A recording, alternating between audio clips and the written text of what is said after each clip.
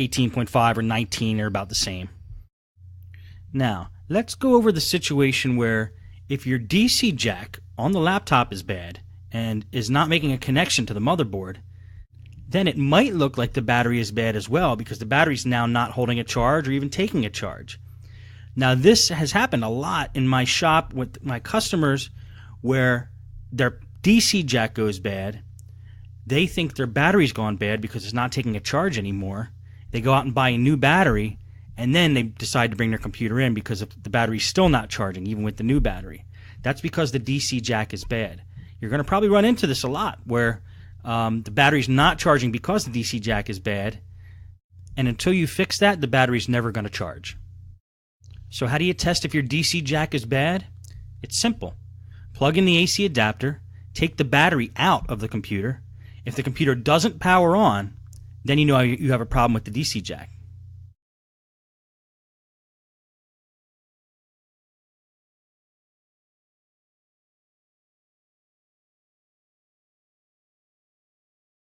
If the computer does power on, you can throw the battery back in and see if it charges.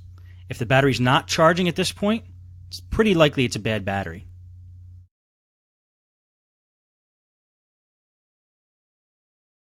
Now, it can also be, but it's pretty unlikely, that the charging mechanism inside the computer, like on the motherboard, is bad. Now, I've done a lot of laptop repairs, and I've maybe seen that one time, so I think that's a very rare situation. So it's pretty safe to say right now that the battery is bad. Now, let's go over some other reasons why a battery won't be charging.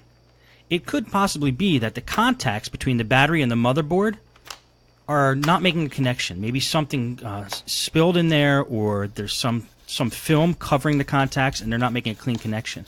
One thing you can do is take a toothbrush and just scrub in between the fins of the battery there, and also scrub down the fins where the motherboard connection is. Make sure to use a dry toothbrush, preferably one that has not touched human teeth. Now, I've also seen instances where there's just some kind of flukiness that's happening with the computer, where if you just take the battery out and you put it back in, it might start charging. Maybe there was a malfunction on the motherboard or some circuit and it wasn't actually taking a charge. Try simple things before you just determine that the battery is bad. You know, reboot the computer, power the computer down, power it back on, take the battery out, put it back in once or twice, and see what happens. Just doing that may fix the problem.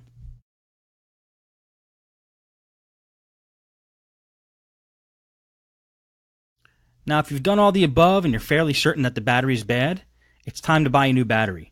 So I'm going to do a walkthrough here of how I buy a battery for my customers or even for myself, and the process that I use to do that. You guessed it, eBay.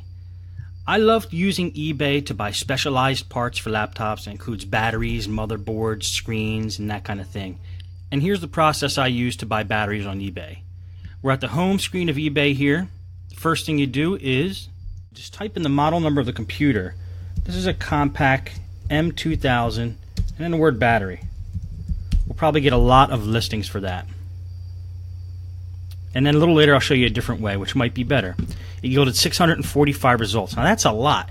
When I get that many results, I actually like to sort it by price, because that's too many to go through one by one. So we might as well try to get the cheapest ones first.